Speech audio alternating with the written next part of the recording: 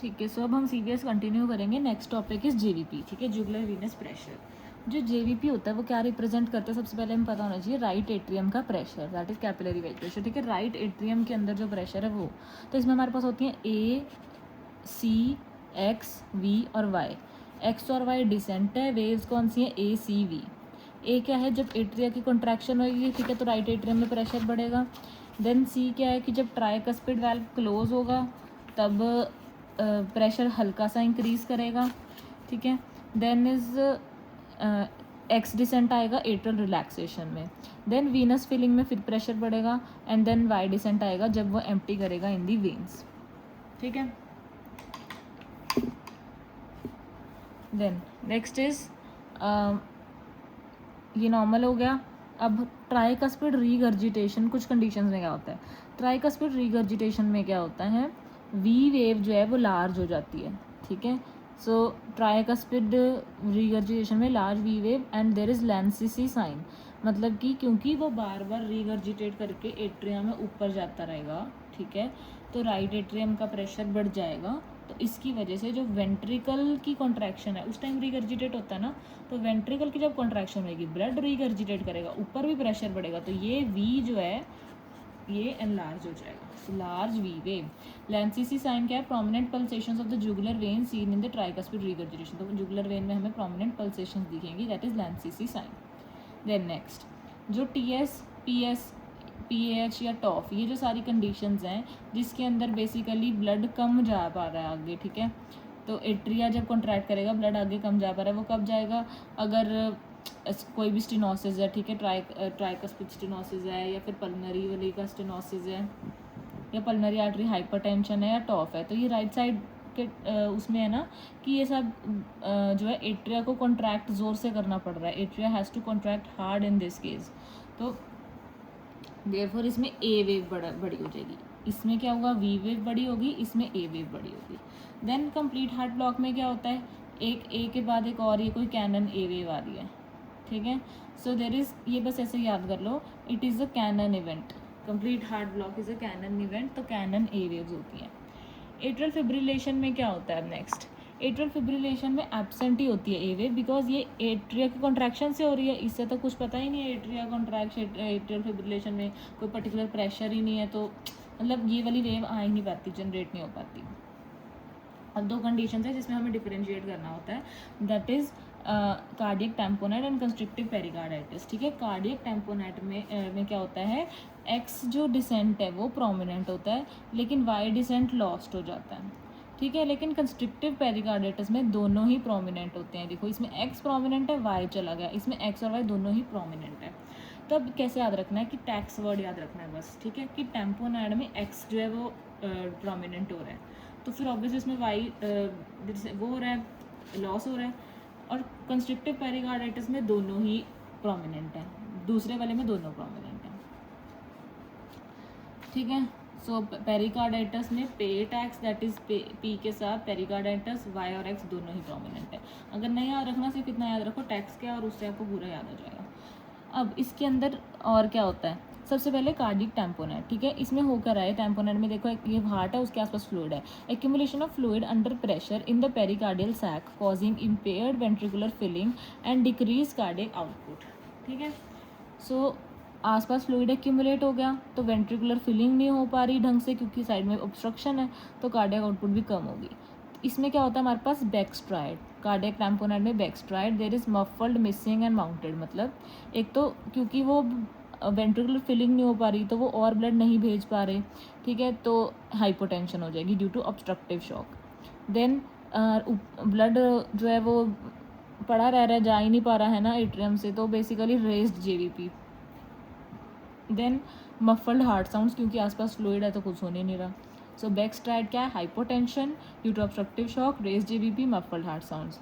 Then pulsus paradoxus भी होता है। अब पल्सस पैराडॉक्सस देखो मैंने ब्लू से मार्क किया है, ये एक ऐसी कंडीशन है जो इन दोनों में हो रहा है, पर वो होता क्या है वो मैं आपको बाद में एक्सप्लेन करूँगी। देन इवार्ट साइन, ये क्या होता है, इंट्रास्कैपुलर डलनेस, ठीक है, क्यों, क्योंकि स्कैपुला पे अगर हम करेंगे तो उसके पीछे बेसिकली वो एक्यूमुलेशन ऑफ फ्लूइड होगी, तो वहाँ पे डलनेस होगी हार्ट के आसपास। देन ऑन इको क्या दिखता है हमें, डायस्टोलिक कोलैप्स, ठीक है, जो डायस्टॉल के टाइम पे जब उसे रिलैक्स करना है, अंदर ब्लड नहीं है, तो आसपास के फ्लूइड उसे दबा देगा, तो डायस्टॉल में कोलैप्स हो जाएगा। And there is dancing heart sign, जो कि हमने इकोकार्डियोग्राफी पे देखा भी है। देन ईसीजी पे electrical alternans on the ECG, ठीक है, ये इलेक्ट्रिकल ऑल्टरनेंस आते हैं। चेस्ट एक्सरे भी क्या देखता है कि if fusion is large, water bottle, water bag, flask shape, leather bag, कुछ भी बोलो, ये सब साइंस हमें दिख सकते हैं। देन ट्रीटमेंट इज एमरजेंसी पेरिकार्डियोसेंटेसिस, ठीक है, तो हम वो सेंटेसिस करके फ्लूइड निकालेंगे, एमरजेंसी है, पेरिकार्डियम से फ्लूइड निकालेंगे, पेरिकार्डियोसेंटेसिस। नेक्स्ट कंस्ट्रिक्टिव पेरिकार्डाइटिस में अब क्या होता है, कंस्ट्रिक्टिव पेरिकार्डाइटिस में क्या होता है कि there is a rigid thick and often calcified pericardium, आसपास का पेरिकार्डियम जो है वो कैल्सिफाइड हो गया, which restricts the diastolic filling, तो वो डायस्टॉल में फिलिंग नहीं होने दे रहा of the heart, leading to right sided heart failure. तो मतलब बेसिकली ये शुरू में ही जब राइट साइड बाहर से ब्लड लेता है ड्यूरिंग डायस्टॉल, वो ही नहीं होने देता बिकॉज ऑफ आसपास इतनी वॉल बन चुकी है, तो there is right sided heart failure symptoms, ठीक है। कंस्ट्रिक्टिव पेरिकार्डाइटिस, इसमें क्या है, कुछ स्मॉल साइन होता है, that is paradoxical increase in JVP और इंस्पिरेशन, ठीक है, इंस्पिरेशन पे जेवीपी इंक्रीज होगा, दैट इज कुछ स्मॉल साइन, ये थोड़ा भूलने वाला पॉइंट है, याद रखना। ये तो मैं दोनों के कराई चुकी हूँ पहले, ठीक है, कि जेवीपी पे क्या चेंजेस आएंगे, but there is increase in JVP जिसे हम बोलते हैं जो कि इंस्पिरेशन पे होते हैं कुछ स्मॉल साइन। अब पल्सस पैराडॉक्सिस इसमें भी है, वो भी आएगा। Then there is pericardial knock, ठीक है, इसमें क्या होता है कि जब ब्लड भरेगा तो वो आस पास की पेरिकार्डियम में जाके बजेगा, so there will be a knock kind of आवाज़, ठीक है। तो इसमें क्या याद रखना है कि वो आसपास थिक कैल्सिफाइड वॉल है, उस पर ब्लड जाके जब आ रहा है तो उस पर बज रहा है, so there is pericardial knock. Then low voltage ECG होती है इसमें, ठीक है, इसमें क्या था, इलेक्ट्रिकल ऑल्टरनेंस में लो वोल्टेज ईसीजी होती है। Square root sign in pressure wave form, pressure wave form पे स्क्वायर रूट साइन दिखेगा, ठीक है, डिप एंड प्लेट्यू, डिप और फिर प्लेट्यू, ये होता है प्रेशर वेव फॉर्म। देन ये देखो हार्ट है, आसपास कैल्सिफिकेशन है, so this is pericardium calcified, तो एक्सरे पे क्या दिखेगा, एग इन कप साइन, ठीक है, ऐसे लगेगा एग इन कप साइन है। ट्रीटमेंट क्या है इसका, और सच इसमें राइट हार्ट फेलियर सिम्टम्स आएंगे। ट्रीटमेंट है इसमें पेरिकार्डेक्टमी, पेरिकार्डिक्टमी, ठीक है, इसमें क्या था, पेरिकार्डियोसेंटेसिस में पेरिकार्डेक्टमी, ठीक है। अब इक्वलाइजेशन ऑफ डायस्टोलिक प्रेशर, ठीक है, डायस्टोलिक प्रेशर की इक्वलाइजेशन और पल्सस पैराडॉक्सिस है, तो दोनों में दिखता है। अब ये कॉमन टू बोथ है, ठीक है, पर पल्सस पैराडॉक्सिस होता क्या है वो मैं बता देती हूँ कि नॉर्मली क्या होता है कि इंस्पिरेशन पे सिस्टोलिक बीपी थोड़ा सा लेस देन 10 सेंटीमीटर फॉल करता है, वो तो नॉर्मल चीज़ है। लेकिन if inspiratory pressure falls in inspiratory fall in systolic BP is more then 10 mm, तो उसे हम पल्सस पैराडॉक्सिकस बोलते हैं, ठीक है। तो अच्छा सच यहाँ पे कुछ स्मॉल साइन को मैंने ये क्यों बोला था कि पैराडॉक्सिकल इंक्रीज इन जेबीपी है, बिकॉज राइट साइड में देर इज इंस्पिरेशन, ठीक है, राइट साइड में इंस्पिरेशन से तो ज़्यादा ब्लड आना चाहिए, that is normally right side gets more blood, तो जेबीपी शुड फॉल, ठीक है। तो इसमें क्या हो रहा है, जेबीपी बढ़ रहा है, जेबीपी अदरवाइज फॉल होता है, बट चलो दैट इज़ ओके, इसको छोड़ो, बस याद ही कर लेना कुछ स्मॉल साइन। मैं ये बता रही थी पहले, इस पर ध्यान दो। During inspiration more blood enters the right ventricle, the right ventricle expands, ठीक है, राइट वेंट्रिकल एक्सपैंड करेगा, तो डायग्राम में देखो सेप्टम शिफ्ट हो जाएगा towards the left ventricle, left ventricle की फिलिंग कम हो जाएगी, ठीक है, तो जिसकी वजह से ब्लड कम जाएगा, सो एओर्टा में तो सिस्टोलिक बीपी जो है वो कम हो जाएगा, ठीक है। सो इंस्पिरेशन में सिस्टोलिक बीपी अगर मोर देन 10 mm कम हो रहा है, दैट इज पल्सस पैराडॉक्सिकस, ठीक है। Normally systolic BP decreases slightly less than 10 mmHg during inspiration because in the increase of venous return to the right heart reduces left ventricular filling and stroke volume, but pulsus paradoxus on inspiration venous return increases, right ventricular pushes the IV interventricular septa towards the left ventricle, stroke volume of left ventricle further decreases and SBP falls by more than 10 mmHg। ये किस में होता है, एक तो ये दोनों conditions कंस्ट्रिक्टिव pericarditis और कार्डिक टेम्पोनेर में, दूसरा pulmonary emboli, pregnancy and asthma में हो सकता है। और रिवर्स पल्सस पैराडॉक्सिस क्या होता है कि एसबीपी अब बढ़ गया ऑन इंस्पिरेशन, ये कब होएगा, पीपीवी में और HOCM में, HOCM तो हर चीज़ की एक्सेप्शन है ही है, तो वो रिवर्स पल्सस पैराडॉक्सिस भी कर रहा है, PPV एंड HOCM। ठीक है, ये हो गया। अब मैंने ट्रीटमेंट दोनों का बता दिया। इसमें क्या करना था, इमरजेंसी पेरिकार्डियोसेंटेसिस में इसमें बोला इन्होंने कि if the patient is stable तो कॉज भी ट्रीट करो तुम, बट चलो दैट इज़ नॉर्मल। ये मेनली सारी चीज़ें हो गई। नेक्स्ट है पल्स की टाइप्स। ठीक है, अब जैसे हम JVP में राइट एट्रियम का प्रेशर देख रहे थे, हमें पता होना चाहिए कि पल्स में हम क्या देख रहे हैं, अयोटा। ठीक है, पल्स टाइप्स में हम देख रहे हैं अयोटा ड्यूरिंग दी सिस्टोल।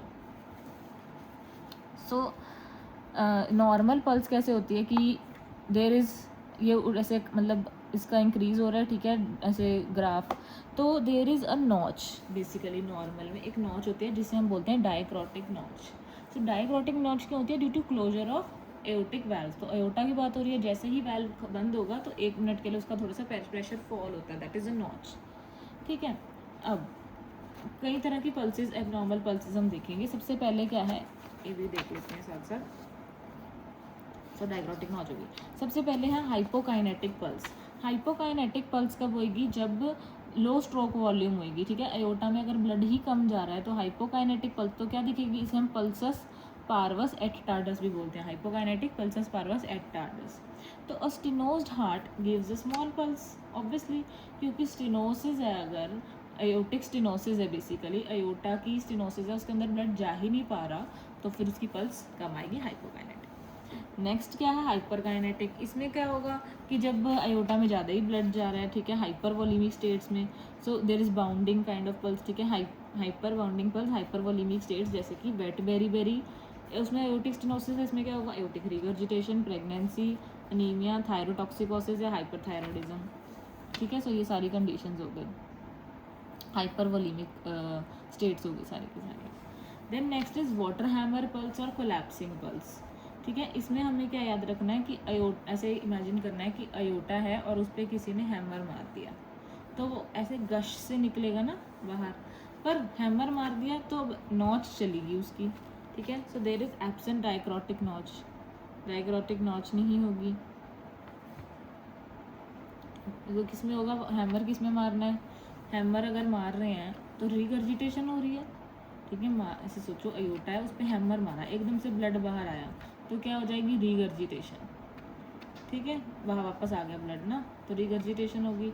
सो ये याद रखना है, वाटर हैमर पल्स और कोलैप्सिंग पल्स किस में होती है, रिगर्जिटेशन में, और सूडो कोलैप्सिंग पल्स किस में होती है, माइट्रल रिगर्जिटेशन में। Next pulsus, pulsus bisferiens. इससे हमें याद रखना है कि बेस्ट फ्रेंड्स क्या होंगे, इसमें दोनों एज एक साथ आएंगे, मतलब अगर एयोटिक स्टेनोसिस और रिगर्जिटेशन एक साथ हो तो क्या होगा, pulsus bisferiens, that indicates outflow tract obstruction. ठीक है, और किस में होगा, HOCM में। HOCM में देखो 2 हम्प्स हैं इसके, बेसिकली तो वैसे 3 है, पर चलो काइंड ऑफ 2 हम्प्स, तो HOCM। ठीक है, यहाँ ये वाला तो नॉर्मल है ना, इसके बाद 2 हम्प्स हैं, तो HOCM हो गया। देन बाइजेमाइनल पल्स, इसमें क्या होता है, एक नॉर्मल एक एक्टोपिक, एक नॉर्मल एक एक्टोपिक। तो it is seen in arrhythmias, जिसमें प्री मैच्योर एट्रियल और वेंट्रिकुलर कॉन्ट्रैक्शन होती है, जिसकी वजह से नॉर्मल के साथ एक्टोपिक, नॉर्मल के साथ एक्टोपिक आते रहते हैं। ठीक है, सो नॉर्मल प्लस एक्टोपिक और premature beat because of premature atrial ventricular contractions, arrhythmias, PAC और PVC। Then is pulsus alternans, it is seen in left ventricular failure due to Frank Starling law. ठीक है, इसमें क्या है कि failing heart है, left ventricular fail हो रहा है, फेलिंग हार्ट हर एक ऑल्टरनेट बीट करके थक जाता है, तो फिर एक बीट हुई, फिर उसमें ऑल्टरनेट एक लोअर बीट आई। ठीक है, फिर एक बीट आई, फिर एक ऑल्टरनेट बीट आई। सो बेसिकली इसमें ऑल्टरनेट बीट्स आ रही हैं। एंड याद रखना इसमें क्या है, पल्सस ऑल्टरेंस में फ्रैंक स्टार्लिंग लॉ। ठीक है ना, ये सब हो गया, रिवाइज कर लेना। ठीक है, there are some special peripheral signs in aortic regurgitation. तो फिर जो ये अयोटिक रिगर्जिटेशन में water hammer collapsing pulse हो रही थी, इसके साथ कुछ और पल्सेशंस होती हैं, बेसिकली साइंस होते हैं, नेम्ड साइंस। सबसे पहले है Corrigan, that is collapsing carotid pulse, Corrigan carotid. Muller क्या है, यूवुलर पल्सेशन, मुलर के नाम यूवुलर से मिल रहा है। लैंडोल्फी क्या है, प्यूपिलरी पल्सेशन, ये याद रखना है। ठीक है, प्यूपिलरी पल्सेशन एंड लैंडोल्फी। क्विंकी से क्या याद रखना है, पिंकी फिंगर। ठीक है, तो उससे क्या होगा, nail bed capillary pulsations. Then de Musset क्या है, de Musset head nodding with pulse, Hill sign क्या होता है? Popliteal systolic BP is more than brachial systolic BP, more than 20 mm HG difference. Hill sign है कि इफ पोप्लीटियल सिस्टोलिक बीपी, जो पोप्लीटियल नी के पीछे होता है ना, वहाँ पे अगर हम बीपी देखें तो ब्रेकियल से ज़्यादा होगा, 20 mm HG से भी ज़्यादा, that is Hill sign. So Corrigan, Muller, Landolfi, Quincke, de Musset, Hill. Corrigan carotid, Muller uvular, Landolfi pupillary, Quincke nail bed, de Musset head nodding, Hill sign is popliteal systolic BP. चलो next are heart sounds. ठीक है, सबसे पहले हमें heart sound सुनती कहाँ कहाँ पे है, तो हमें इसके लिए याद रखना है आपटे साउंड, आपटे पटे। ठीक है, सो आपटे साउंड में कैसे होगा? सबसे पहले है ए, एरियाज बता रही हूँ, ए पी टी और एम। ठीक है, A P T M, Apte M. तो aortic area, pulmonary area, tricuspid area and mitral area. ठीक है ना, माइट्रल एरिया होता है एपेक्स पे, ट्राइकस्पिड एरिया यहाँ पे होगा जहाँ ट्राइकस्पिड हमारा वाल्व होएगा, एओटिक इस साइड को हो गया, पल्मनरी इस साइड को हो गया। Now first of all aortic area में क्या हमें मरमर सुनेगी? ये होते कहाँ है? ठीक है, ये दोनों सेकंड इंटरकोस्टल स्पेस में है, एओटिक और वे वाले। ठीक है, ट्राइकस्पिड फोर्थ इंटरकोस्टल स्पेस में है। ठीक है, दोनों सेकंड इंटरकोस्टल, फोर्थ इंटरकोस्टल। अब एओटिक में सुनेगा क्या? एओटिक में तब मरमर सुनेगी जब एओटा को ज़्यादा ही वो फोर्स लगाना पड़ रहा है। वो कब होगा? जब एओटिक स्टेनोसिस होगा। तो एओटिक में एओटिक स्टेनोसिस, दैट्स इट। ठीक है, पल्मनरी में क्या होगा? जब पल्मनरी को ज़्यादा जोर लगाना पड़ रहा है, दैट इज़ पल्मनरी स्टेनोसिस। पर उसके साथ अब ASD भी है। ठीक है, PS के साथ ASD भी है। देन ट्राइकस्पिड एरिया, यहाँ पे होलोसिस्टोलिक और डायस्टोलिक मरमर ये तो भी बाद में करेंगे कि टाइप ऑफ मरमर क्या है, बस इतना याद करो कि होती कौन सी है। ट्राइकस्पिड एरिया में ट्राई वाली चीज़ें आ जाएंगी, that is tricuspid regurgitation, tricuspid stenosis, दोनों टी वाली चीज़ें आ गई। और इनके साथ क्या आएगा? VSD, क्योंकि पहले क्या आ गया? ASD, अब है VSD टी के साथ आ रहा है। देन माइट्रल एरिया पे क्या होगा? सारी M वाली चीज़ें, mitral regurgitation, mitral stenosis, mitral valve prolapse. ठीक है, नाउ एक और जगह होती है जहाँ हम सुनते हैं, दैट इज़ अर्ब्स पॉइंट। वो कहाँ होता है? लेफ्ट स्टर्नल बॉर्डर पे। तो स्टर्नम के लेफ्ट साइड के बॉर्डर पे अर्ब्स पॉइंट होता है, वहाँ हमें किसकी दिखती है? जो रहेगी। ठीक है, अब जैसे ये A और P के स्टेनोसिस तो हो गए, पर इनकी रिगर्जिटेशन रहेगी ना, T और M की तो रिगर्जिटेशन होगी। तो अब आएगा AR एंड PR, और इसके साथ आएगा HOCM। तो यहाँ पे 3 है, HOCM, AR, PR। Then next, अब ये देखो, सबसे पहले क्या होता है? S1 से S2 सिस्टोल होता है, S2 से S1 डायस्टोल होता है, फिर वापस S1 से S2 सिस्टोल, फिर S2 से S1 डायस्टोल। और इस डायस्टोल के बीच में, दैट इज़ S2 और S1 के बीच में आते हैं हमारे पास S3 और S4 साउंड्स, जो कि डायस्टोलिक साउंड्स है। ठीक है, S1 क्यों होती है? We know because of closure of bicuspid and tricuspid, that is AV valves. S2 होती है due to closure of aortic and semilunar valves. ठीक है, S2 आगे स्प्लिट होती है। ठीक है, A पहले आता है, A2 और P2 में स्प्लिट होती है। A2 पहले, P2 बाद में, ये नॉर्मल डिले है। ठीक है, क्यों P2 बाद में क्यों होता है? Because more blood in right ventricular during inspiration, pulmonary valve takes more time to close. ठीक है, तो वैसे तो बंदा ये सोचता है कि देखो लेफ्ट वाली साइड पे बंदे ने ज़्यादा ब्लड भेजना है।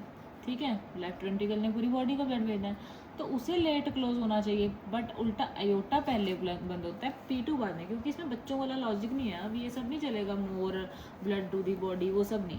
ठीक है, हमें एक इंस्पिरेशन याद रखना है कि राइट साइड को, जब राइट वेंट्रिकल को मोर ब्लड देना पड़ता है ड्यूरिंग इंस्पिरेशन, तो उस चक्कर में पल्मनरी लेट क्लोज करता है। ठीक है, ये रीज़न समझ आ गया। अब S3 S4 क्या होता है? S3 is due to ventricular gallop, में S3 इज वेंट्रिकुलर गैलप और S4 is atrial Gallup. S3 कब होगा? जब हाई आउटपुट स्टेट्स में होता है, जैसे में जिसमें 3 लेटर आएगा, बस एक सीधा याद रखो। ठीक है, S3 3 लेटर में, जैसे कि CHF, DCM और प्रेगनेंसी याद रख लो। S3 is normal in pregnancy. Then S4 जिसमें 4 लेटर आ रहे हैं, जैसे HOCM, क्रॉनिक हाइपरटेंशन को हम ऐसे भी लिख सकते हैं ना, ऐसे भी लिख सकते हैं इसको, क्रॉनिक HTN। तो ये आ गया, बाकी अभी मैं आगे रिवाइज कराऊंगी ये, ठीक है। तो ये हो गया। अब मैं इसका ये बाद में कराती हूँ, पहले ये देख लो एडेड हार्ट साउंड क्या है सिस्टोलिक में, ये सब अभी मैं इस डायग्राम में कराऊंगी। सिस्टोलिक में होती है एक इजेक्शन सिस्टोलिक मर्मर, ठीक है, जस्ट आफ्टर S1, वो होती है AS के लिए। मिड सिस्टोलिक क्लिक बीच में जो आती है वो माइट्रल वाल्व प्रोलैप्स के लिए। डायस्टोलिक में बिल्कुल सबसे पहले जस्ट आफ्टर S2 क्या आएगी, ओपनिंग स्नैप MS के लिए। फिर एक पेरिकार्डियल नॉक आती है जो हमने पढ़ा था कंस्ट्रक्टिव पेरिकार्डाइटिस के लिए, और एक ट्यूमर प्लॉप आता है दैट इज फॉर एट्रियल मिक्सोमा। अब कार्डिक ट्यूमर्स, हमारे पास दो ट्यूमर है, एक है एट्रियल मिक्सोमा और एक है rhabdomyoma. Atrial myxoma is the most common cardiac tumour in adults, atrial myxoma adults में होता है, and most common cardiac tumour in children is rhabdomyoma, ठीक है। एट्रियल मिक्सोमा में क्या होता है कि it is associated with high interleukin 6 and has lipidic cells on histopathology. Atrial myxoma में एक तो इंटरल्यूकिन 6 हाई है और लिपिडिक सेल्स। देन रैप्डोमायोमा में क्या है, चिल्ड्रन में होता है, it is associated with tuberous sclerosis and has spider cells on histopathology, it can regress on its own, ठीक है। तो ये देखो स्पाइडर है इस पे और इसमें लेपिडिक सेल्स है, ठीक है, एसोसिएटेड विद ट्यूबरस स्क्लेरोसिस, ये चिल्ड्रन में एडल्ट में है। अब ये जो हम स्टेथोस्कोप देखते हैं ये होता है डायफ्राम, ये होता है बेल साइड, छोटी वाली बेल साइड। बेल साइड को हम कब यूज़ करते हैं, for low pitch sounds, diaphragm को हम यूज़ करते हैं for higher pitch sounds. Low pitch sounds bell वाले को हम यूज़ करते हैं इन S3 S4, ठीक है, ट्यूमर प्लॉप और MS और TS। S3 S4 पे जब सुन, ये S3 S4 वाली साउंड जब सुननी है तो बेल लगेगी, ऐसे वाली सारी चीज़ें, और MS TS इसमें AS नहीं है, याद रखना है। एंड देन ट्यूमर प्लॉप को सुनने के लिए भी बेल लगेगा। Diaphragm for other high pitch sounds, ठीक है, ये हो गया। अब हम ये देखेंगे सबसे पहले तो कि जो हम A2 P2 स्प्लिट्स करते हैं उसमें क्या वेरिएशंस आ सकती हैं या क्या एबनॉर्मलिटीज़ आ सकती हैं, ठीक है। अब हमें ये पता है, पहले मैं नॉर्मल दोबारा रिपीट कर देती हूँ। Normal is S2 is equal to A2 plus P2, ठीक है। Normal is A2 plus P2, ये फिजियोलॉजिकल है, इसमें A2 आता है P2 आता है। बट अगर हम इसको ऐसे करें, A2 P2 को बीच में लिख दें, ऊपर वाला पार्ट रिप्रेजेंट करेगा एक्सपीरेशन, नीचे वाला पार्ट रिप्रेजेंट करेगा इंस्पिरेशन। तो during inspiration as right heart जो है उसे ज़्यादा ब्लड पंप करना पड़ता है ड्यूरिंग इंस्पिरेशन नाम है मेरे को, तो इसलिए नीचे ज़्यादा गैप है, ऊपर से ऊपर एक्सपिरेशन नीचे इंस्पिरेशन, इधर ज़्यादा गैप है, दिस इज़ नॉर्मल। अब एक होता है वाइड स्प्लिट, ठीक है, वेरिएबल वाइड स्प्लिट, ठीक है, WV इकट्ठा वेरिएबल वाइड स्प्लिट होती है। तो मतलब इसमें वेरिएबल है, आगे फिक्स्ड वाइड भी पढ़ेंगे हम, अभी हम कर रहे हैं वेरिएबल वाइड स्प्लिट। ये कब होगा कि स्प्लिट हुआ है तो थ्रू आउट, लेकिन अंडर बेसिकली ड्यूरिंग इंस्पिरेशन ये और ज़्यादा वाइड है, ठीक है। इंस्पिरेशन के टाइम में देखो ये एबनॉर्मल ही डिले आ गया। सो राइट इज़ रनिंग लेट, ठीक है, राइट इज़ रनिंग लेट मतलब राइट हार्ट की ही, ये देखो राइट साइड के हार्ट की दिक्कत थी ना इंस्पिरेशन में। अब ये स्प्लिट इंस्पिरेशन में क्यों बढ़ गया, क्योंकि राइट हार्ट को लेट हो रहा है, राइट हार्ट उसे और काम करना पड़ रहा है। वो कब होएगा, अगर राइट साइड में पल्मनरी आर्टरी हाइपरटेंशन होगा, और अगर वो आगे जा ही नहीं रहा पल्मनरी में, पल्मनरी स्टेनोसिस है, ठीक है, राइट बंडल ब्रांच ब्लॉक है, या फिर माइट्रल रिगर्जिटेशन है क्योंकि माइट्रल वाला वापस भेजी जा रहा है तो दिक्कत हो रही है, ठीक है। So pulmonary artery hypertension, pulmonary stenosis, right bundle branch block और माइट्रल रिगर्जिटेशन, ठीक है, ये होगा वाइड स्प्लिट।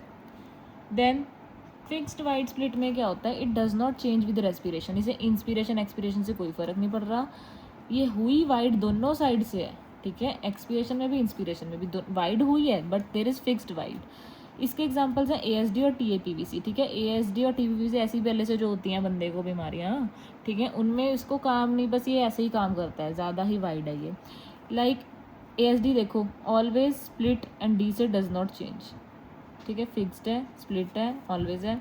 TAPVC तो ये दोनों हो गया इसके। नेक्स्ट इज पैराडॉक्सिकल या रिवर्स स्प्लिटिंग। इसमें क्या हो जाता है कि देखो पहले क्या हो रहा था A2 P2, अब P2 पहले कर रही है, A2 बाद में कर रही है, ठीक है, तो इसे हम बोलते हैं रिवर्स स्प्लिटिंग, ठीक है। तो अब A2 लेट हो रहा है, मतलब आयोटा की दिक्कत आ रही है, ठीक है। और इसमें पैराडॉक्सिकल इसको क्यों बोला, हम क्या कह रहे थे कि इंस्पिरेशन जी इंस्पिरेशन में ज़्यादा होता है, अब इसमें पैराडॉक्सिकल बात ये है, इंस्पिरेशन में तो गैप गायब ही हो रहा है, मेन गैप कहाँ आ रहा है, एक्सपिरेशन में, ठीक है।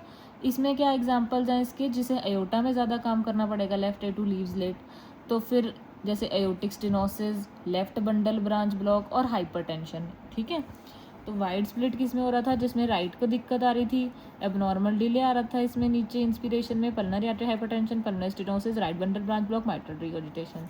फिक्स्ड में क्या हो रहा था, स्प्लिट में कि दोनों में स्प्लिट है पर रेस्पिरेशन से कोई फर्क नहीं पड़ रहा, ASD और TFPVC। Then paradoxical reverse splitting में क्या हो रहा है कि एक तो उल्टा हो गया, P2 पहले आ रहा है A2 से, और दूसरा इंस्पिरेशन में वो गायब हो रहा है, गैप स्प्लिट जो है वो बेसिकली एक्सपीरेशन में आ रहा है ऊपर। इसमें एओटा को ज़्यादा काम करना पड़ रहा है तो इसलिए वो लेट हो रहा है, तो aortic stenosis, left bundle branch block और हाइपरटेंशन। ठीक है, सो ये हो गया अबाउट द स्प्लिटिंग।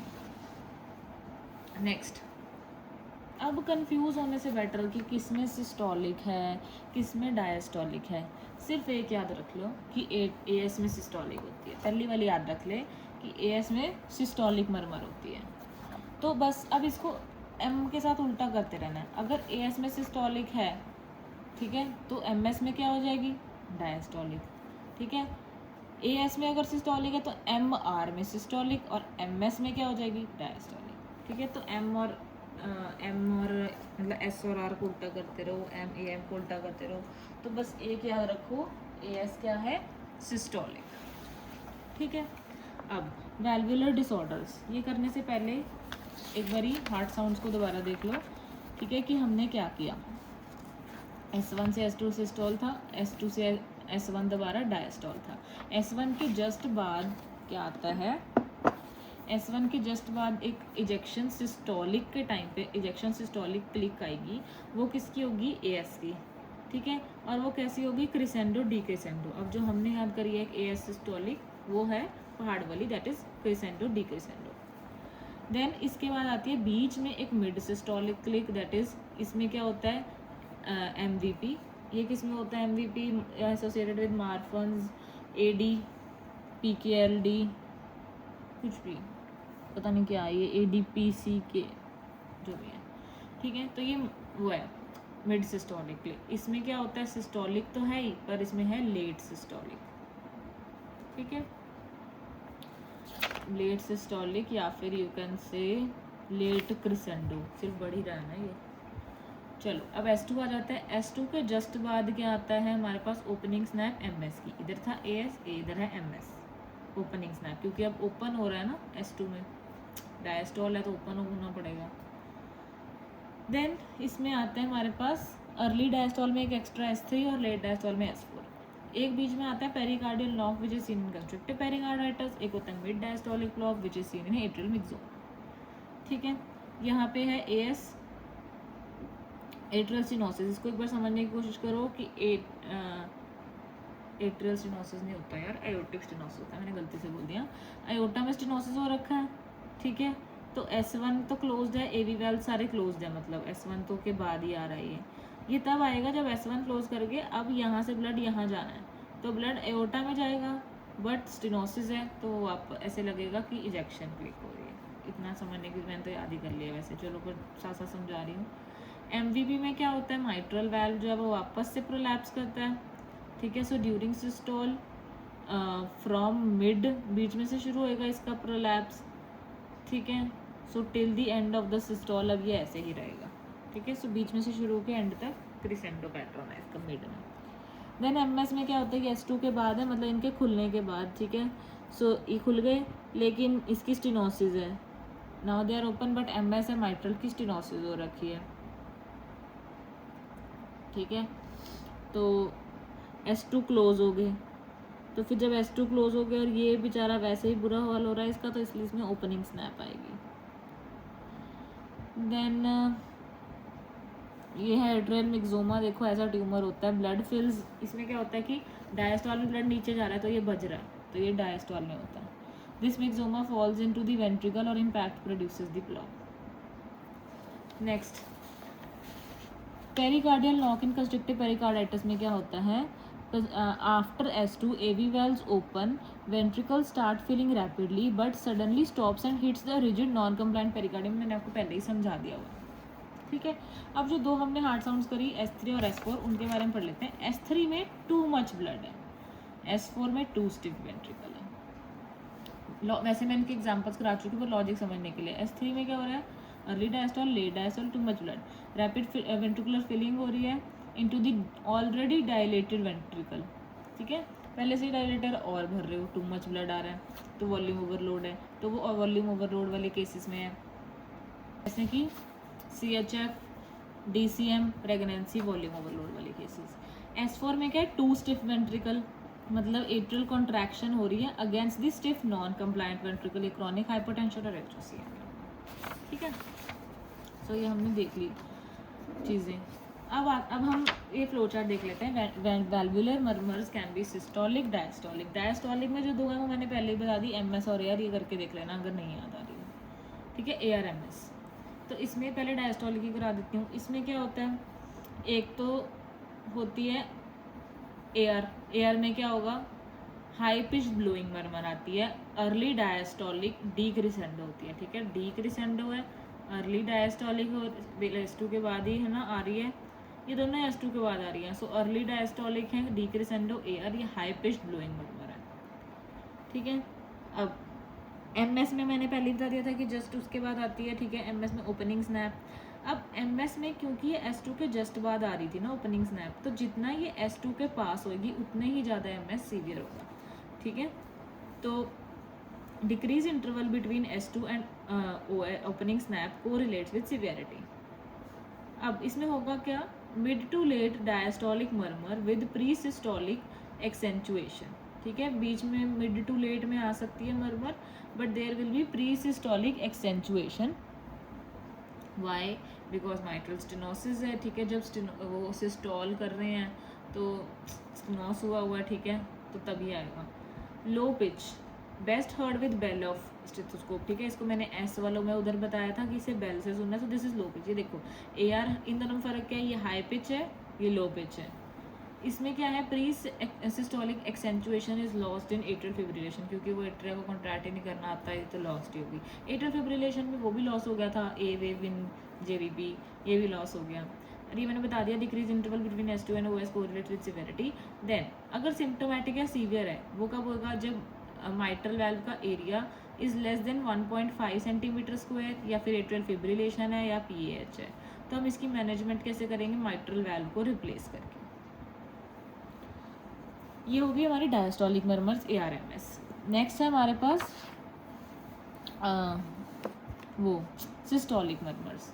इसमें सबसे पहले जो हमने याद की थी एओर्टिक स्टेनोसिस, ठीक है, इसमें क्या आता है, crescendo, D crescendo, ejection systolic murmur है, इट रेडिएट्स टू द कैरोटिड्स, ठीक है, कैरोटिड्स को रेडिएट करेगी। इसमें नैरो या पैराडॉक्सिकल स्प्लिट आता है, ये भी अभी हमने उसमें स्प्लिटिंग में करा था, ठीक है, करा था ना अभी इसको स्प्लिटिंग में। हाँ, ये AS, ये भी दिखा देती हूँ तुम्हें। एओर्टा को ज़्यादा जोर लगाना पड़ रहा है, एओर्टा लेट बंद हो रहा है, ये रहा, ठीक है, एओर्टा को ज़्यादा जोर लगाना पड़ रहा है, एओर्टा लेट बंद हो रहा है, so there is AS LVB और हाइपरटेंशन में पैराडॉक्सिकल या रिवर्स स्प्लिटिंग है, नैरो भी है, ठीक है। देन गैलेवर्डिन फिनोमिनन होता है, उसमें क्या होता है कि एक holosystolic high pitched murmur radiating to apex in the AS, ठीक है, म्यूजिकल सी होती है। देन नेक्स्ट इज MVP, जो कि मिड सिस्टोलिक क्लिक है ना, ये लेट क्रिसेंडो है, late systolic murmur, mid systolic click that occurs after carotid pulse, ठीक है, ये। देन आता है होलोसिस्टोलिक। होलोसिस्टोलिक मर्मर में एक तो हमारे पास होती है ब्लोइंग मर्मर, जो भी जोर से, देखो हमेशा जो रीगर्जिटेशन है ना वो ब्लोइंग मर्मर्स हैं, वो जोर से आ रही हैं, और वो स्टेनोसिस वाली थोड़ी स्लो सी हैं।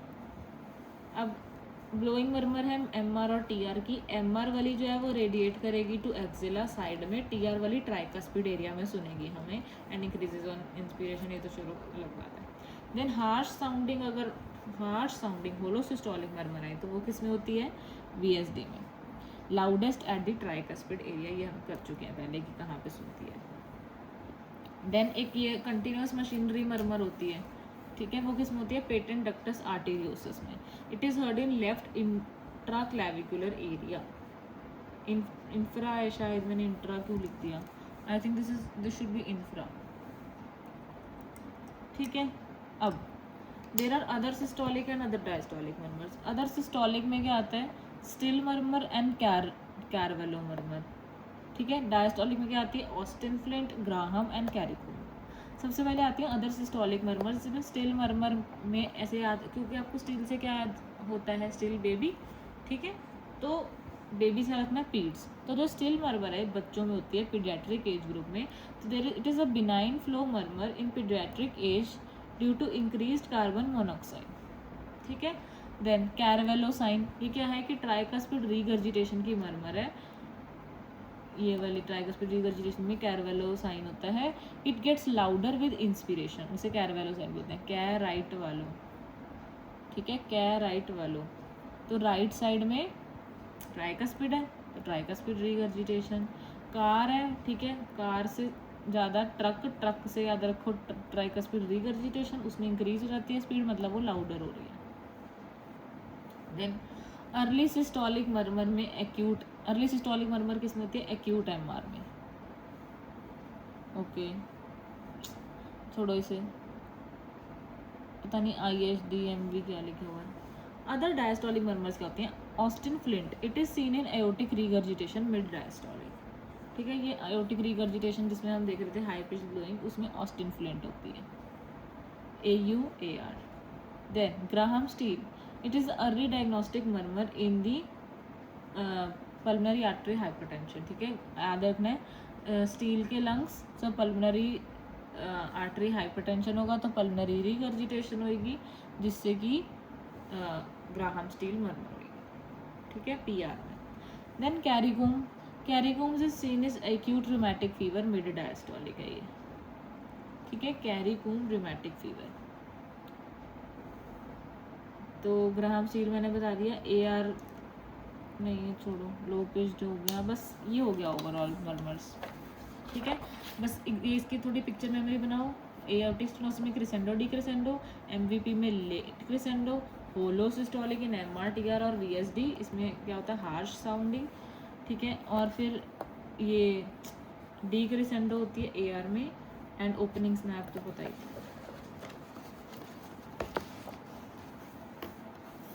देन नेक्स्ट क्या है अब, डायनामिक ऑस्कल्टेशन ऑफ मर्मर्स, ठीक है, जब हम मर्मर्स की ऑस्कल्टेशन करते हैं भाई, बेसिकली जब प्री लोड रिड्यूस होगा तो मर्मर भी रिड्यूस हो जाएगी, जब आफ्टर लोड रिड्यूस होगा मर्मर भी रिड्यूस हो जाएगी, जब प्री लोड इंक्रीज होगा मर्मर भी इंक्रीज हो जाएगी, जब आफ्टर लोड इंक्रीज होगा मर्मर भी इंक्रीज हो जाएगी, but there are some exceptions, ठीक है, जैसे पहले कंडीशंस भी देखो, प्री लोड रिड्यूस कब होगा, when there will be Valsalva या स्टैंडिंग या नाइट्रोग्लिसरीन, तो इसमें मर्मर डिक्रीज होगी। प्रीलोड इंक्रीज कब होगा, when there is passive leg raise, squatting या फिनाइलेफ्रिन, ठीक है, सो इसमें मर्मर इंक्रीज हो रही है। इसमें प्रीलोड वाले में एक्सेप्शन क्या है, all murmurs decrease with decreasing preload accept in HOCM और MVP, देखो HOCM तो हमेशा ही एक एक्सेप्शन रहेगी, इसमें साथ में क्या है MVP। देन आफ्टर लोड कब रिड्यूस होता है, अमाइल नाइट्राइड से, तो इसमें मर्मर कम होगा। आफ्टर लोड इंक्रीज कब होगा, हैंड ग्रिप से, हैंड ग्रिप बनाएंगे अगर हम तो आफ्टर लोड बढ़ेगा, इसमें मर्मर भी बढ़ेगा। All murmurs decrease with decreasing afterload except HOCM और इसमें aortic stenosis. On inspiration intensity of all right sided murmurs जब इंक्रीज हो जाएंगे, जैसे कि कैरवेलोसाइन हो रहा था TR में, वैसे ही इंस्पिरेशन में राइट साइड की मर्मर्स हमें ज़्यादा तेज सुनेंगी, ठीक है। Next is important concept in HOCM क्योंकि एक हर चीज़ का एक्सेप्शन है, तो उसमें क्या है, obstruction increases left ventricular cavity becomes small, तो HOCM में देखो, ये देखो कार्डियोमायोपैथी हो रखी है, हाइपरट्रोफी हो रखी है बहुत ज़्यादा, तो इसमें ऑब्स्ट्रक्शन कब वर्स होएगी, जब ये कैविटी और छोटी हो जाएगी, ठीक है, इसके अंदर की कैविटी अगर और छोटी होगी तो ऑब्स्ट्रक्शन हो जाएगी। तो अगर वो कौन सी कंडीशंस होगी तो obstruction worsen when contractility increases, ठीक है, अगर ये कॉन्ट्रैक्ट ज़्यादा करेगा तो ये आपस में पास आ जाएंगे, ठीक है। प्रीलोड डिक्रीजेज, अगर प्रीलोड डिक्रीज कर गया अंदर कुछ बचा ही नहीं तो भी कोलैप्स के चांसेस हैं, क्योंकि लेफ्ट वेंट्रिकल की वॉल्यूम खत्म हो जाएगी, बेसिकली लो हो जाएगी। देन आफ्टर लोड डिक्रीजेज, ठीक है, जब आफ्टर लोड भी कम होगा तब भी इसके कोलैप्स के, तो बेसिकली चाहे प्रीलोड कम हो आफ्टर लोड कम हो या कॉन्ट्रैक्टिलिटी बढ़ जाए, ये इसके लिए अच्छी बात नहीं है, ठीक है, because the smaller left ventricular cavity brings the septum and the mitral leaflet more close, so more obstruction, ठीक है। इट इज़ इसीलिए देयरफॉर HOCM में हम डायूरेटिक्स आइनोट्रोप्स वगैरह भी नहीं देते, दे आर कॉन्ट्राइंडिकेटेड, ठीक है। तो जब भी HOCM होता है उसका ट्रीटमेंट क्या होता है, ICD plus beta blockers. Next is Valsalva manoeuvre. इससे पहले याद रखो कि हार्ट रेट और BP इनवर्सली प्रोपोर्शनल होते हैं, ठीक है। वेलसेल्वा मैन्यूवर क्या होता है, force expiration against close glottis. अब यहाँ पे हम वेलसेल्वा का वो देखेंगे, ये क्या है, HR is inversely proportional to BP, इसको हम बोलते हैं Marey's law. HR is inversely proportional to BP, heart rate BP inversely होते हैं। ये हमें दिख रहा है वेलसेल्वा मैन्यूवर के फेजेस या ग्राफ, कुछ भी कह लो। देखो सबसे पहले फ्लैट आता है, ठीक है, फिर हमारे पास आता है फेज़ 1 जब स्ट्रेनिंग शुरू होती है, देन स्ट्रेनिंग जब जैसे ही बंदा स्ट्रेन करना शुरू होता है उसका BP बढ़ने लग जाता है, ठीक है, phase 1, then phase 2, then phase 3, then phase 4, ठीक है। और अगर हम इसका हार्ट रेट का बनाए तो उल्टा बनेगा इससे बिल्कुल ही। Valsalva manoeuvre is the forced expiration against close glottis, phase 1, phase 2, phase 3 और लास्ट में फेज 4। होते क्या है फेजेस, फेज 1 में क्या होता है, स्टार्ट स्ट्रेनिंग, ठीक है, या फिर तो इंट्राथोरैसिक प्रेशर बढ़ जाता है, स्ट्रेन करना शुरू करेंगे तो एओर्टिक कंप्रेशन हो जाएगी। देन सेकेंड फेज में क्या है, स्ट्रेनिंग को कंटिन्यूड रखो, प्रीलोड कम हो जाएगा। फेज 3 में प्रीलोड कम होता है सेकेंड स्टेज में। देन स्टेज 3 इसमें रिलीज़ करेंगे तो इंट्राथोरैसिक प्रेशर कम होने लगेगा। 4 में रिकवरी या ओवरशूट भी कर सकता है, ओवरशूट कर जाएगा। अब हमने एक BP का नहीं, अभी पहले वीनस रिटर्न देखो क्या हो रहा है। वीनस रिटर्न पहले वाले में कुछ नहीं हुई, पर जब प्रीलोड कम होने लग गया तो वीनस रिटर्न भी कम होगी स्टेज 2 में, ठीक है। देन स्टेज 3 में वीनस रिटर्न कम हुई पर अब इतनी नहीं हो रही क्योंकि रिलीज़ हो रहा है, थोड़ा सा कम होगी। अब जब ओवरशूट कर गया तो वीनस रिटर्न बढ़ गई। BP के लिए हमें निमोनिक याद रखना है, up down down overshoot, up down down overshoot, तो अप डाउन डाउन ओवरशूट, और ये एक्ट को उसका उल्टा कर दो और ज़्यादा एक्स्ट्रा दिमाग लगाने की इसमें ज़रूरत नहीं है, ठीक है। प्रेशर वॉल्यूम कर्व मैं बाद में कराऊंगी, अभी कर लेते हैं इसकी फार्मा, ठीक है। फार्मा में क्या आता है, सबसे पहले कैल्शियम चैनल ब्लॉकर्स हमें पता है दो तरह के होते हैं, DHPs, नॉन DHPs। DHPs जो होते हैं वो एक्ट करते हैं स्मूथ मसल्स पे और वेजोडाइलेशन करा देते हैं। इसके एग्जांपल्स क्या हैं, एमलोडिपिन, निफेडिपिन, निमोडिपिन। निमोडिपिन, निमोडा, इसे हम यूज़ करते हैं SAH में, सब रेकनॉइड हेमरेज में, निमो को, ठीक है। निमो को SAH हो गया, ऐसे याद रख लो, ठीक है। इसके साइड इफ़ेक्ट्स हैं रिफ्लेक्स, टैकीकार्डिया और फ्लशिंग, थोड़े बहुत ही हैं साइड इफेक्ट, ज़्यादा नहीं है। नॉन DHPs में क्या होता है, they act on L type of calcium channels on the heart, ये कैल्शियम चैनल पे एक्ट कर रहे हैं L टाइप में, ठीक है। इसके एग्जांपल दो हमें बहुत बार कर लिए, डिल्टियाज़ाम और वेरापामिल। इसके साइड इफेक्ट्स क्या हैं, AV ब्लॉक हो सकता है, कॉन्स्टिपेशन और पीडल एडीमा हो सकता है क्योंकि ये कैल्शियम चैनल पे ब्लॉक कर रहे हैं। वेरापामिल जो है अब इसमें इसके स्पेसिफिक साइड इफेक्ट्स क्या होते हैं, जिंजिवल हाइपरप्लेजिया। सबसे पहले जिंजिवल हाइपरप्लेजिया की साइड इफेक्ट्स के लिए मैंने मॉनिक किया है PCV, that is phenytoin, cyclosporine और वेरापामिल। देन हाइपरप्रोलैक्टिनीमिया हो सकता है, इससे ड्रग इंट्रैक्शन हो सकती है with ATP binding cassette transporters, तो इसीलिए बेसिकली हमने अभी कल परसों के एक लेक्चर में किया है कि ये डाइजॉक्सिन टॉक्सिसिटी करा सकता है वेरापामिल। तो सीधी बात होगी, जिंजीवर हाइपरप्लेजिया करा सकता है, हाइपरप्रोलैक्टिनीमिया करा सकता है और टॉक्सिसिटी करा सकता है विद डाइजॉक्सिन एक्सेट्रा, ठीक है। सो ये होगी DHP स्मूथ मसल्स, ये होगी non DHPs L type, examples कर लिए। नेक्स्ट है ब्लड वेसल डायलेटर्स। एक है आर्टीरियल डायलेटर, आर्टरी को डायलेट करेंगे, और एक है वीनस डायलेटर, वेन को डायलेट करेंगे। आर्टीरियल डायलेटर कौन से होते हैं, हाइड्रालाजीन, one of the ship drugs है ये, ठीक है, हमें पता है, जो क्या करेगी, ड्रग इंड्यूस लूपस, और इसकी मेटाबॉलिज्म कैसे होता है, एसिटाइलेशन से। वीनस डायलेटर में हमारे पास दो हैं, नाइट्रोक्लोसाइड और नाइट्रेट्स, ठीक है, दोनों N, वीनस में N आता है ना, तो दोनों N वाले हैं, नाइट्रोक्लोसाइड और nitrates. On metabolism nitroprusside releases cyanide, हमें पता है हमेशा से नाइट्रोक्लोसाइड से साइनाइड आएगा जिससे साइनाइड टॉक्सिसिटी हो सकती है। नाइट्रेट्स क्या होते हैं, इट कैन कॉज मेथ हीमोग्लोबिनीमिया, ठीक है, नाइट्रेट से मेथ हीमोग्लोबिनीमिया का रिस्क है। और एक और रिस्क क्या है, Monday morning sickness, it is seen often in workers expose to nitrates, tolerance develops across the week to nitrates, tolerance is lost on weekend break, then re-exposure on Monday से क्या होता है, सीवियर हेडेक, डिजीनेस और flushing. पहले पूरा हफ्ता उन्हें tolerance हो जाती है, तो बेसिकली टॉलरेंस ही है मेन, इसमें पूरा हफ्ता टॉलरेंस हो जाती है, कुछ नहीं होता उनको, फिर जब वीकेंड होता है वो एक्सपोजर गया तो टॉलरेंस गया, तो मंडे को उन्हें दिक्कत आती है दोबारा से, नेक्स्ट है रास ब्लॉकर्स, ठीक है, renin angiotensin aldosterone system blockers. इसमें हमारे पास क्या क्या होते हैं, एस इनहिबिटर्स, ARBs और एलिस्क्रेन, पता नहीं एलिस्कायरिन। रेन से पता लग रहा है कि ये डायरेक्ट रेनिन इनहिबिटर है, ठीक है। एस इनहिबिटर्स है ARBs हमें पता है कौन से होते हैं, sartan, losartan, valsartan, telmisartan. ACE inhibitors क्या होते हैं, most ACE inhibitors are pro drugs except for captopril and lisinopril, बाकी सब प्रो हैं कैप्टो और लिस्नो को छोड़ के। साइड इफेक्ट्स इनका वही हमें पता है, ब्रेडिकाइन की वजह से, ब्रेडिकाइन मीडिएटेड ड्राई कफ और एंजियोडीमा, जो इसमें नहीं होता है ARBs में। ओहो।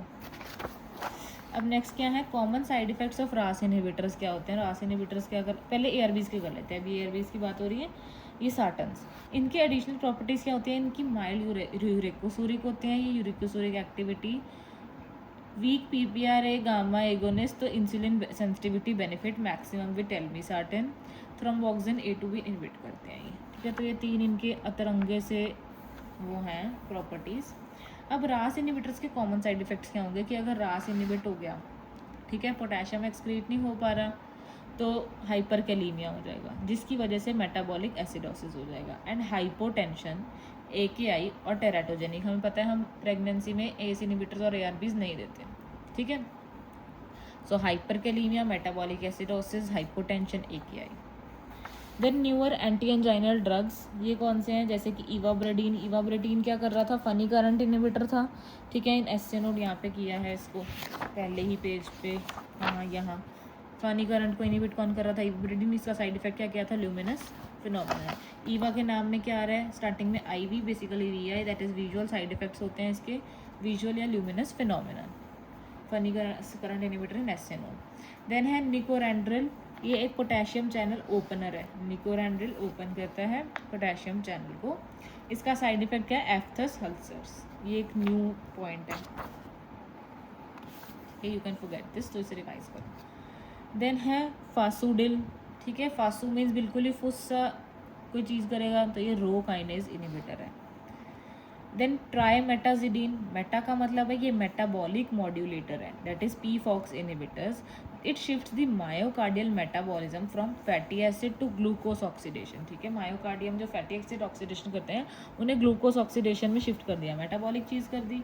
इसका साइड इफेक्ट क्या है कि इससे मूवमेंट डिसऑर्डर्स हो सकते हैं, ये मतलब थोड़ी अलग बात है। देन रेनोलाजीन, इसमें N और L आ रहा है, so basically it is late inward sodium blocker. Clonidine क्या होता है, ये सी से सेंट्रल एंटी हाइपरटेंसिव है, it is a central alpha 2 agonist, it reduces sympathetic, central क्यों है, it reduces sympathetic outflow from the CNS। With chronic use इसकी downregulation हो जाती है ऑफ द रिसेप्टर्स, और जिससे रिबाउंड हाइपरटेंशन हो सकती है ऑन स्टॉपेज। तो इसके साइड इफेक्ट्स यही हैं, सिडेशन, ड्राउजीनेस, ड्राई माउथ और रिबाउंड भी हो सकता है। नेक्स्ट है बीटा ब्लॉकर्स, हमारे cardio selective beta blocker, that is जो β1 सिलेक्टिव होते हैं, ठीक है, β1 कार्डियो सिलेक्टिव होते हैं। एक होते हैं नॉन सिलेक्टिव जो β1 प्लस बीटा ब्लू दोनों के ब्लॉकर्स होंगे, और एक होते हैं अल्फा प्लस बीटा ब्लॉकर्स। सबसे पहले है β1 selective cardio selective, they are preferable in asthma. देखो पहली बात तो ये लाइन को मैं मतलब ही नहीं समझता, अस्थमा मतलब आ गया तो बीटा ब्लॉकर कॉन्ट्राइंडिकेटेड है, ठीक है, पर फिर भी ये तो पक्का ही कॉन्ट्राइंडिकेटेड है, ये वाला फिर भी थोड़ा बहुत चल जाएगा, बट हमें नहीं चलाना, it's okay. Diabetes, PAD relatively safer than non, relatively safer है, ठीक है, इन्होंने बात कर दी, बट इट्स ओके, इस पर गौर ना करी जाए। होते कौन से हैं β1 selective, that is cardio selective, atenolol, betaxolol, bisoprolol. Esmolol short acting होता है, तो इसलिए हम इसको एमरजेंसीज में यूज़ करते हैं, ऑब्वियसली ई से एस्मोलोल, ई से emergencies. Landiolol is very short acting, इतना भी नहीं चाहिए था जी, ठीक है। मीटोप्रोलोल आ गया। नेबिवोलोल क्या है, मोस्ट β1 सिलेक्टिव कॉजेज एनोमीडिएटेड वेसोडाइलेशन, ये एक न्यू पॉइंट हो गया। नेबिवोलोल, अभी कौन सा न्यू पॉइंट बताया था पीछे, मैंने कहा था रिवाइज करना, N से ही था। Nicorandil, potassium channel opener, aphthous ulcer.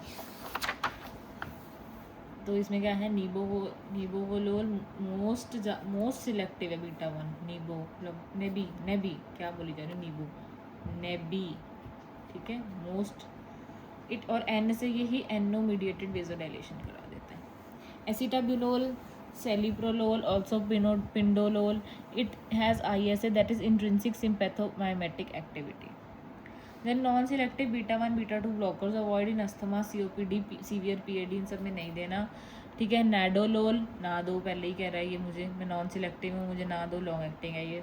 प्रोपैनोलोल भी आता है नॉन सिलेक्टिव में, ये लिपोफिलिक होता है और इसके CNS साइड इफ़ेक्ट्स होते हैं. टीमोलोल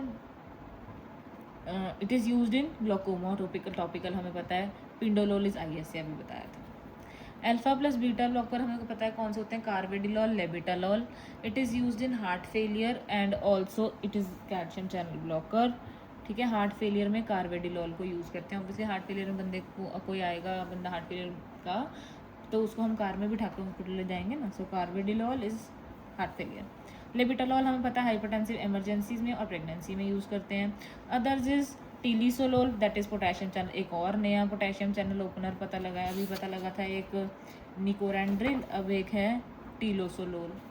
देन सोटालॉल क्या है, पोटेशियम चैनल ब्लॉकर, ये तो एंटी एरिथमिक ड्रग्स में करा था, आई थिंक क्लास C है कि 3 है, जो भी है किया था उसमें, ठीक है.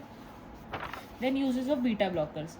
बीटा ब्लॉकर्स को हम कहाँ कहाँ यूज़ कर सकते हैं, hypertension, acute coronary syndrome, rate control in atrial fibrillation, aortic dissection, उसमें क्या यूज़ करेंगे, एक्समोलोल इमरजेंसी है.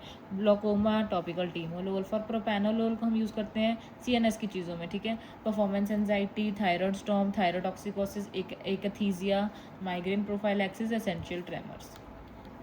Beta blocker that reduce mortality in heart failure, ठीक है. हार्ट फेलियर में हम यूज़ करेंगे bisoprolol, metoprolol, carvedilol. Beta blocker for portal hypertension prophylaxis, variceal bleeding में नाडोलोल, प्रोपैनोलोल एंड कार्वेडिलोल. थोड़ा सा मतलब नॉन स्पेसिफिक सा ही याद रहेगा इसमें से. तो कॉन्ट्राइंडिकेशंस हैं, बिल्कुल भी नहीं देना जब beta blockers. First of all bradycardia है अगर, क्योंकि और हार्ट रेट को रेट कंट्रोल की तरह यूज़ करते हैं ना, वैसे और हार्ट रेट कम कर देंगे, क्या फ़ायदा. सो ब्रैडीकार्डिया, AV ब्लॉक सेकंड या थर्ड डिग्री है तो नहीं देना. एक्यूट डीकम्पनसेटेड हार्ट फेलियर है, सिंपल हार्ट फेलियर में देना है, बट डीकम्पनसेटेड हार्ट फेलियर में नहीं देना. ब्रोंकियल अस्थमा में नहीं देना, ब्रोंको कंस्ट्रिक्शन करा देगा. क्योंकि सीवियर पेरिफेरल वैस्कुलर डिजीज़ में क्यों नहीं दे रही, क्योंकि वेजो कंस्ट्रिक्शन भी करा देगा. डायबिटीज़ मेलाइटिस में नहीं देना, because it will mask the hypoglycaemia symptoms except sweating. And Prinzmetal या वेरिएंट एंजाइना में, क्योंकि और वेजोस्पैज्म करके वर्सन कर सकते हैं. If there is beta blocker toxicity तो उसका ड्रग ऑफ चॉइस क्या है, ग्लूकागॉन. Next is hypertension. सबसे पहले हाइपरटेंशन की स्टेजेस पता होनी चाहिए according to AHA. Normal hypertension होता है लेस देन 120 और लेस देन 80, ठीक है. So normal is less than 120/80. 130 को भी एलिवेटेड कह रहे हैं, ठीक है. एलिवेटेड कितना होता है, 120 to 129, बेसिकली 120 to 130 तक एलिवेटेड है. डायस्टोलिक उतना ही है. 120/80 से कम हो गया तो नॉर्मल है. अगर ये 130 पहुंच गया तो एलिवेटेड है. उसके बाद आती है हमारे पास स्टेज 1 और स्टेज 2 हाइपरटेंशन. स्टेज 1 अगर ये 140 पे पहुंच गया और ये 90 पे पहुंच गया, ठीक है. और स्टेज 2 अगर ये इससे भी ज़्यादा है और इससे भी ज़्यादा है तो स्टेज 2 सीवियर होती है अगर ये 180 पे पहुंच गया और ये 120 पे पहुंच गया. ये वाला 120 यहाँ पहुँचा दिया, इधर 180 हो गया, ठीक है. So this is the categories. When to treat hypertension. अगर तो स्टेज 1 है विदाउट कोमॉर्बिडिटीज़, ठीक है, मतलब 140 तक आ रहा है पर वैसे ही आ रहा है उस बंदे का थोड़ा 130 कुछ आ रहा है, तो लाइफस्टाइल मॉडिफिकेशन करो, उसी से सही हो जाएगा. If it is stage 1 with comorbidities या फिर स्टेज 2 तो हम ड्रग्स भी देंगे लाइफस्टाइल मॉडिफिकेशन के साथ में. फर्स्ट लाइन थेरेपी हम एसेंशियल हाइपरटेंशन में क्या देते हैं, अगर यंग पेशेंट है लेस देन 55 ईयर्स तो हम ACE इनहिबिटर से ARBs देते हैं. और अगर ओल्ड पेशेंट है, ठीक है, जैसे ओल्ड एज हमने देखा है एमलॉन्ग वगैरह देते हैं, मोर देन 55 ईयर्स तो हम कैल्शियम चैनल ब्लॉकर्स DHPs देंगे लाइक एमलोडिपिन, और फिर थायराइड डायूरेटिक्स देंगे. अगर तो बेसिकली अगर देखो मैंने बंदे को कोई वो दिया दवाई, ठीक है, उससे कंट्रोल नहीं हो रहा तो हम दोनों क्लासेस को मिला देंगे, ठीक है. If not control ACE inhibitors ARBs के साथ CCB दोनों दे दिए. इफ स्टिल नॉट कंट्रोल तो हमने थायराइड भी ऐड कर दिया. अब अगर 3 क्लास ऑफ ड्रग्स दे रहे हैं हम और उसमें एक क्लास डायूरेटिक भी है फिर भी कंट्रोल नहीं हो रहा तो हम उसको बोलते हैं resistant hypertension. Resistant hypertension is hypertension uncontrolled on 3 drugs including a diuretic. इसमें हम mineralocorticoid receptor antagonist that is potassium sparing diuretics जैसे होते हैं स्पाइरोनोलेक्टोन और एप्लिनोरोन डालेंगे, ठीक है, एप्लिनोरोन. देन कोमॉर्बिडिटीज़ तो क्या करेंगे, if there is hypertension with comorbidities like diabetes mellitus, CKD, nephrotic, scleroderma, तो रीनल वाली हैं तो रीनल सेफ ड्रग्स कौन सी होगी, मुझे देंगे एस इनहिबिटर्स, ARB, रीनोप्रोटेक्टिव। गाउट है तो ARB देंगे, क्यों, क्योंकि हमने एक स्पेशल प्रॉपर्टी पढ़ी थी ARB की कि वो एक यूरिकोसूरिक है, ठीक है, तो उसमें हम थायजाइड नहीं देंगे, ARB देंगे। थायजाइड क्यों नहीं देंगे, बिकॉज पता नहीं, आई थिंक वही वाला होगा लॉजिक, कैल्शियम वाला, छोड़ो इसे कंफ्यूज मत करो। नेक्स्ट है ऑस्टियोपोरोसिस और रीनल स्टोन में हमने थायजाइड डायरेटिक्स देने हैं, क्यों, क्योंकि ये यूरिनरी कैल्शियम लॉस को कम करते हैं, ठीक है। लूप लूजेस कैल्शियम, तो लूप डायूरेटिक्स तो दे नहीं सकते, तो इसलिए हम थायजाइड देंगे ताकि रीनल स्टोन्स जो हैं वो ना हो और ऑस्टियोपोरोसिस में और कैल्शियम कम ना हो, यूरिनरी कैल्शियम लॉस कम करते हैं, ठीक है। देन रिनॉड्स या साइक्लोस्पोरिन इंड्यूस हाइपरटेंशन है या अस्थमा है तो कैल्शियम चैनल ब्लॉकर्स, DHPs देंगे। BPH है तो फिर अल्फा-1 ब्लॉकर दे देंगे, प्राजोसिन। माइग्रेन या थायरोटॉक्सिकोसिस, एंजाइना या ट्रेमर, एंजाइटी, ये सब है तो बीटा ब्लॉकर्स, बस, ठीक है। हाइपरटेंसिव इमरजेंसी और अर्जेंसी क्या होती है। इमरजेंसी में देखो, अगर कोई पेशेंट इमरजेंसी में आया तो एक एज्यूम करके चलना है कि ये अपने ऑर्गन ख़राब ही करके आया, अभी हमें उसको सही करना है, ठीक है। So severely elevated BP with acute HMOD, that is hypertension mediated organ damage, example encephalopathy, stroke, acute coronary syndrome, acute left ventricular failure, pulmonary edema, aortic dissection, AKI, eclampsia। IV लेबिटालॉल या फिर IV निकार्डिपिन देंगे हम इसमें, एक तो emergency है IV देंगे, क्या दे सकते हैं इमरजेंसी में, लेबिटालॉल और निकार्डिपिन। इफ़ द पेशेंट है CHF तो हम साथ में क्या दे सकते हैं, IV नाइट्रोप्रोसाइड या नाइट्रेट्स, ठीक है, अगर पल्मोनरी एडिमा वगैरह उसके लिए नाइट्रोप्रोसाइड या नाइट्रेट्स। देन हाइपरटेंसिव अर्जेंसी में क्या होता है कि सीवियरली एलिवेटेड BP है बट अभी कोई ऑर्गन डैमेज नहीं है तो हम उसे ओरल एंटी हाइपरटेंसिव पे ही ट्रीट करने की कोशिश करें। So this was all about this part of the CVS।